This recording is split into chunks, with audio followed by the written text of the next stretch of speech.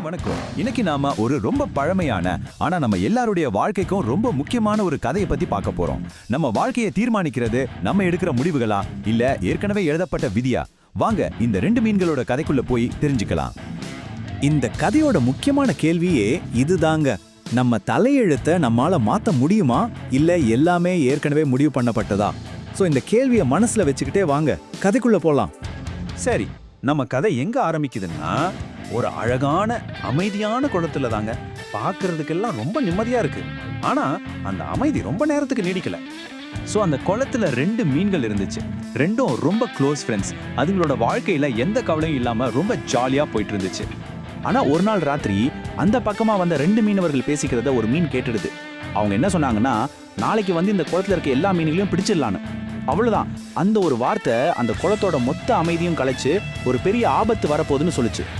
இப்போ இந்த ஆபத்தை கேட்ட உடனே அந்த ரெண்டு மீன்களும் ரெண்டு விதமா யோசிக்க ஆரம்பிக்குது. இங்க தாங்க கதையே சுவாரஸ்யமா மாறுது. இது வெறும் ரெண்டு மீன்களோட கதை மட்டும் இல்ல, ரெண்டு வித்தியாசமான வாழ்க்கை தத்துவங்களுக்கு நடுவுல நடக்கிற ஒரு மோதல். அந்த மீனவர்கள் பேசுனதை கேட்ட மீன் இருக்கு இல்லையா, அது ஒரு செகண்ட் கூட யோசிக்கல. உடனே தன்னோட நண்பன் கிட்ட ஓடி போய் நம்ம அறிவை வச்சு எப்படியாவது இந்த ஆபத்துல இருந்து தப்பிச்சு ஆகணும்னு சொல்லுது. அதாவது செயல் தான் முக்கியம்னு நம்புது. அது வெறும் வாயால மட்டும் சொல்லல, பக்காவா ஒரு பிளானும் போடுது. என்ன பிளான் தெரியுமா? அந்த குளத்துல இருந்து பக்கத்துல இருக்கிற வயலுக்கு ஒரு வாய்க்கால் போகுது. அது வழியா இன்னைக்கு ராத்திரிக்குள்ளே நீந்தி வேற ஒரு குளத்துக்கு போயிடலாம்னு சொல்லுது. பாத்தீங்களா எவ்வளவு புத்திசாலித்தனமான ஒரு யோசனை. ஆனா அதோட நண்பனான அந்த இன்னொரு மீன் என்ன சொல்லுச்சு தெரியுமா? அதுக்கு நேர்மாறா ஒரு பதில சொல்லுச்சு. என்ன நடக்கணுமோ அது விதிப்படி நடக்கட்டும், அதெல்லாம் முடியாது, நான் இங்க தான் இருப்பேன்னு ரொம்ப உறுதியா சொல்லிடுச்சு. இப்போ நீங்க பாக்குறீங்களே, இதுதான் இந்த கதையோட மொத்த சாராம்சமும். ஒரு பக்கம் ஆபத்தை புரிஞ்சுக்கிட்டு செயல்பட துடிக்கிற மதி, அதாவது அறிவு. இன்னொரு பக்கம் எதுவுமே செய்யாம விதி பார்த்துக்கோன்னு சும்மா இருக்கிற மனநிலை. இதுதான் ஆக்ஷன் வர்சஸ் இன்ஆக்ஷன். சரி, ரெண்டு பேரும் ரெண்டு விதமான தத்துவங்களை நம்புறாங்க. இதுக்கப்புறம் ஒவ்வொரு மீனும் தனக்கான வழியை தேர்ந்தெடுக்குது. அந்த முடிவுகள் தான் அடுத்து என்ன நடக்க போகுதுங்கிறத தீர்மானிக்க போகுது. அந்த புத்திசாலி மீன் மட்டும் தப்பிக்கணும் முடிவு பண்ணுது. ஆனா மத்த எல்லா மீன்களும், ஏன் அதோட நண்பன் கூட, விதிதான் நம்மளை காப்பாத்தணும்னு சொல்லி அந்த குளத்திலே தங்கிடலான்னு முடிவு பண்ணிடுறாங்க. சோ அந்த புத்திசாலி மீன் சொன்னது மட்டும் இல்ல, உடனே வேலையிலயும் இறங்கிடுச்சு. முதல்ல அந்த வாய்க்காலை தேடி கண்டுபிடிச்சது. அப்புறம் ராத்திரி முழுக்க கொஞ்சம் கூட ஓய்வெடுக்காம நீந்திக்கிட்டே இருந்துச்சு.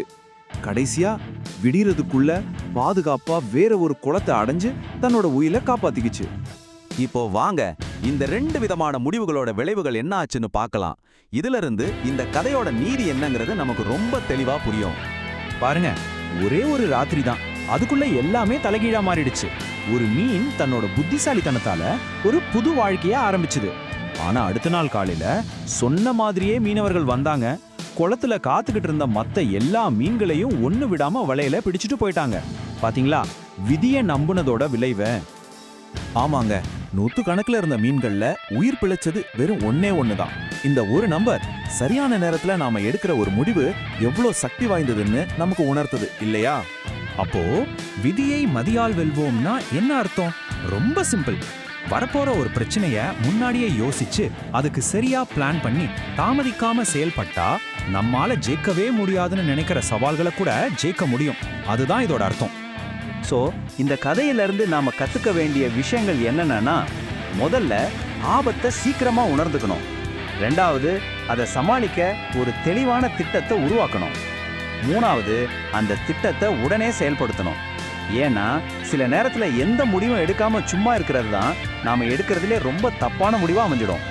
கிளம்புறதுக்கு முன்னாடி அந்த புத்திசாலி மீன் தன்னோட நண்பன் கிட்ட கடைசியா சொன்ன வார்த்தைகள் இதுதான்: நான் இந்த குளத்தை விட்டு போறேன், நீயாவது எப்படியாவது உன்னை காப்பாத்திக்கோன்னு. இது வெறும் ஒரு பிரிவுக்கான வார்த்தை இல்ல, நம்ம வாழ்க்கைக்கு நாம தான் பொறுப்புங்கிறத உணர்த்துற ஒரு ஆழமான செய்தி. சரி, இப்போ இந்த கேள்வியை நான் உங்ககிட்ட கேட்கிறேன். உங்க வாழ்க்கையில சவால்கள் வரும்போது நீங்க விதியை நம்பி காத்திருக்கும் மீனாக இருக்கிறீர்களா, அல்லது மதியை பயன்படுத்தி செயல்பட்டு உங்கள் விதியை நீங்களே உருவாக்கும் மீனாக இருக்கிறீர்களா? யோசியுங்கள்.